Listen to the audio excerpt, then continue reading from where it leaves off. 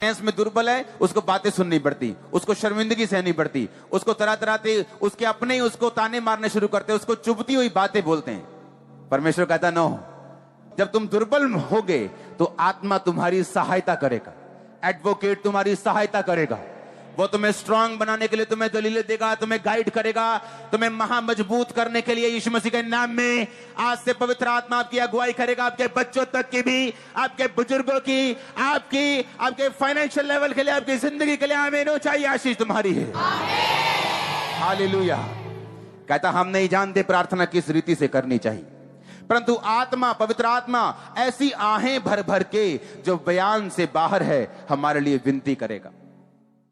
जब एक व्यक्ति पवित्र आत्मा पा लेता है, पवित्रताई में चल के, परमेश्वर में चल के पवित्र आत्मा को पा लेता है, बाइबल कहती है वो पवित्र आत्मा तुम्हारे अंदर से प्रार्थना करनी भी सिखाएगा। तुम बैठोगे, तुम्हें एकदम से रोना आ जाएगा, तुम बैठोगे एकदम से ऐसा लगेगा जोश के साथ में प्रार्थना करूं, तुम बैठोगे एकदम से तुम्हारा मन भरेगा, कभी कुछ होगा कभी कुछ। पवित्र आत्मा तुम्हारे इमोशंस पे कब्जा करके तुम्हें प्रार्थना करने सिखाएगा।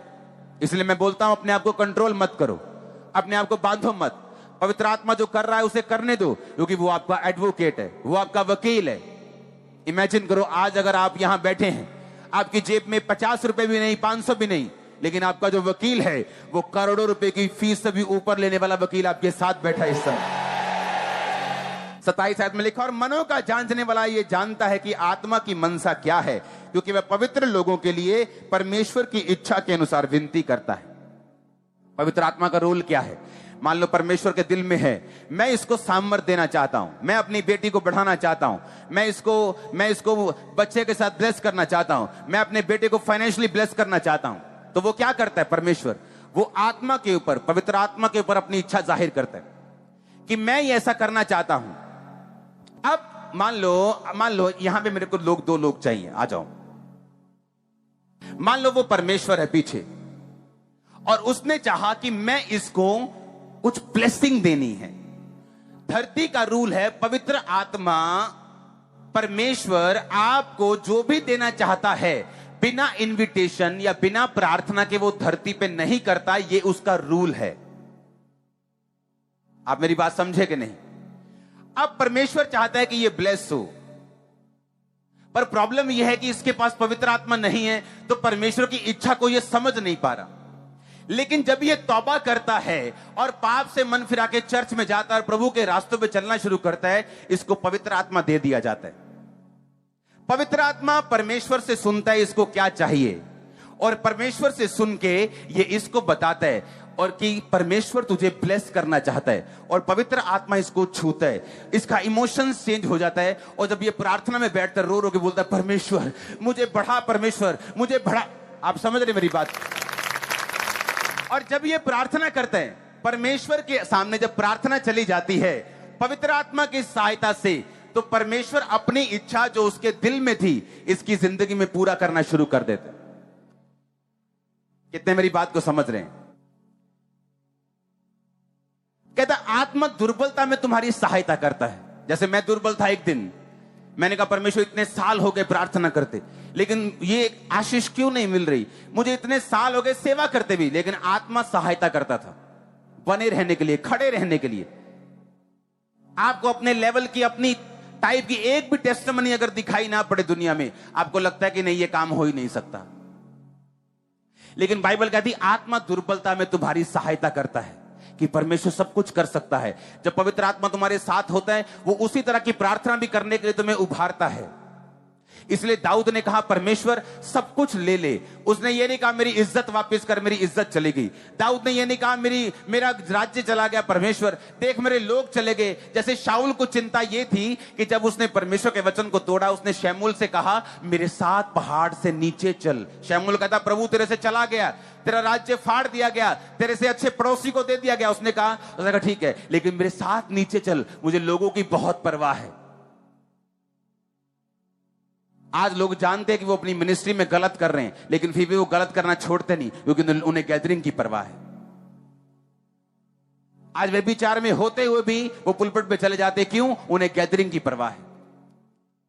लेकिन बाइबल कहती, दाऊद कहता मुझे किसी चीज की परवाह नहीं प्रभु, अपना आत्मा कभी मुझसे अलग मत कर।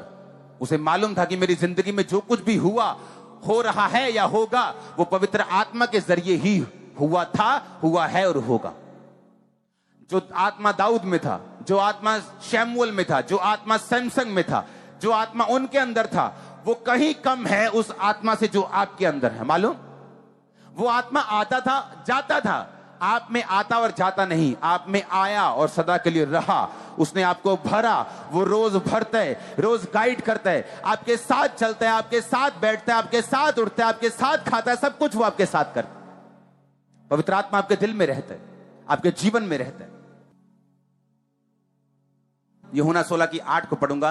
कहता वे आकर, कौन आकर? पवित्र आत्मा आकर, वह आकर संसार को पाप, धार्मिकता और न्याय के विषय में निरुत्तर करेगा। कौन आकर? पवित्र आत्मा आकर संसार को पाप, धार्मिकता और न्याय के विषय में निरुत्तर कर। कि पवित्र आत्मा जब आएगा तुम्हारे जीवन में होगा, लोगों के मुंह पे टेप लगा देगा। वो पता है कि नहीं? वो पाप के विषय में निरुत्तर करेगा। जो लोगों को आम बातें लगती हैं, आप समझाते हैं कि नहीं ये गलत है। उन्हें काम में चोरी करना आम लगता है, उन्हें हेराफेरी करना आम लगता है, उन्हें तेल चोरी करना आम लगता है, लेकिन हमें मालूम है ये गलत है। बाइबल कहती है वो पाप के विषय में, धार्मिकता विषय में, न्याय के विषय में लोगों को निरुत्तर करेगा। लोग बोलते थे चर्च में हीलिंग करते हैं, जाओ तो हॉस्पिटल। अब बताओ, अब तो हॉस्पिटल भी हो गया, अब बताओ कहां जाना है? वो निरुत्तर करेगा। बाइबल कहती करता है कि नहीं करता निरुत्तर?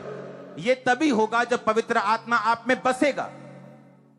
जब पवित्र आत्मा आपके अंदर होगा, वो आपके जरिए से परमेश्वर की इच्छा को संसार पर भी जाहिर करेगा। आप प्रभु के लिए इस्तेमाल भी होंगे, आप परमेश्वर के लिए अपने आप को काम करता हुआ भी देखेंगे जब पवित्र आत्मा आप में बसेगा। तो पवित्र आत्मा का पहला काम है आपको मजबूत करना। मान लो एक बिल्डिंग में मैं अपना ऑफिस खोलना चाहता हूं, तो वो बिल्डिंग मैं कमजोर चुनूंगा कि एक मजबूत चुनूंगा?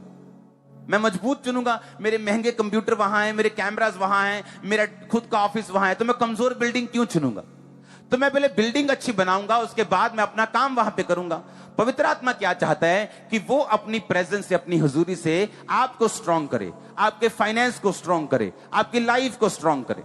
अगर सोना, चांदी, पैसा बुरा है तो परमेश्वर ने सोना बनाया ही क्यों? फिर पैसा ना अच्छा है, पैसा ना बुरा है, यह इस्तेमाल करने वाले के हाथ में है। मेरे हाथ में मैं 10 लोगों को ऑटो लेके दे रहा हूं, उनको ब्लेस कर रहा हूं। चोर के हाथ में वो चोरी करने के लिए कुछ कर रहा है, अच्छे व्यक्ति के हाथ में वो अच्छा काम कर रहा है। पैसा ना अच्छा है ना बुरा, जिस जैसे व्यक्ति के हाथ में है वो वैसा ही काम करता है। परमेश्वर ने सारी ब्लेसिंग हमारे लिए बनाई है। और पवित्र आत्मा का काम क्या है? पहले वो ये चाहता है कि जिस बिल्डिंग से खुदावंद की महिमा होनी है, उस बिल्डिंग के पिलर्स मजबूत हों, वो बिल्डिंग की नींव मजबूत हो, वो बिल्डिंग सुंदर हो, वो बिल्डिंग रहने लायक हो। जो आप लोग हैं, वो कौन है? बोलो मैं हूं। फिर से बोलो वो कौन है? बाइबल कहती है क्या तुम नहीं जानते पवित्र आत्मा तुम में बसता है और तुम पवित्र आत्मा के चर्च हो, तुम पवित्र आत्मा की हैकल हो, तुम पवित्र आत्मा के घर हो? तुम नहीं पता? तुम्हें नहीं पता? क्या तुम नहीं जानते कि पवित्र आत्मा तुम में बसता है? जो कोई तुम्हें नाश करेगा, परमेश्वर उसे नाश करेगा। जो कोई परमेश्वर की बिल्डिंग को नाश करेगा, परमेश्वर उसका नाश करेगा। इसीलिए आपको अपने विरोधियों को जवाब देने की जरूरत नहीं। आप टॉप पे रहेंगे, हमेशा जीतते हुए रहेंगे। बाइबल कहती है जिसमें परमेश्वर का आत्मा ही नहीं है, वो उसका जन ही नहीं है। अगर यहां 2 कैमरामैन खड़े हैं और एक में आत्मा है और एक में नहीं, और जो जिसमें नहीं है वो ऊपर जाके बोलेगा प्रभु मैंने 50 साल तेरी सेवा की है कैमरा से, परमेश्वर बोलेगा मैं तेरे को जानता ही नहीं हूं। क्योंकि जितनी सेवा आत्मा के द्वारा ना की जाए, परमेश्वर उन्हें ग्रहण नहीं करता। जितनी सेवकाई पवित्र आत्मा के जरिए की जाए, उनको परमेश्वर जानता, समझता और ग्रहण भी करता है। हालेलुया। इसलिए सेवा करना अच्छी बात है, लेकिन वो सेवा आत्मा से और पवित्रताई से की जाए तो उसका फायदा भी होता है और परमेश्वर के घर में, स्वर्ग में वो ग्रहण भी होती है। अब मैं ये चाहता हूं, 1 कुरिन्थियों 2 उसकी 10 और 11 आयत को हम पढ़ेंगे। उसमें लिखा परंतु परमेश्वर ने उनको अपनी आत्मा के द्वारा हम पे प्रकट किया, क्योंकि आत्मा सब बातें वरन परमेश्वर की गूढ़ बातें भी जानता है। मनुष्य में से कौन किसी मनुष्य की बातें जानता है? केवल वो मनुष्य, वही मनुष्य की आत्मा जो उसमें है। वैसे ही परमेश्वर की बातें कोई नहीं जानता, केवल परमेश्वर का आत्मा। अब हम ब्लेस कैसे होते हैं? जिस कंपनी में आप काम कर रहे हैं, आपको उस कंपनी के बॉस की नेचर समझेंगे तो प्रमोशन मिलेगा, कि गूगल को देखेंगे जो हमारे दूर है? ये शैतानी काम होता है कि जिस कंपनी में काम कर रहे हो वहां के बॉस को समझो या ना समझो, और दूसरे के बॉस को देखते जाओ। ये शैतानी चीजें, क्योंकि उस कंपनी में जो आपका बॉस है उसी ने आपको प्रमोट करना है, आपको उसकी नेचर को समझना है। उसी तरह बाइबल कहती है कि जिस तरह तुम्हारा आत्मा तुम्हें सबसे अधिक जानता है, तुम्हारी मां भी तुम्हें नहीं जानती तुमसे ज्यादा, तुम्हारी पत्नी भी नहीं जानती, सिर्फ तुम जानते हो तुम असली में कौन हो। उसी तरह परमेश्वर ने कहा कि प्रभु का आत्मा ही प्रभु को सबसे अधिक जानता है।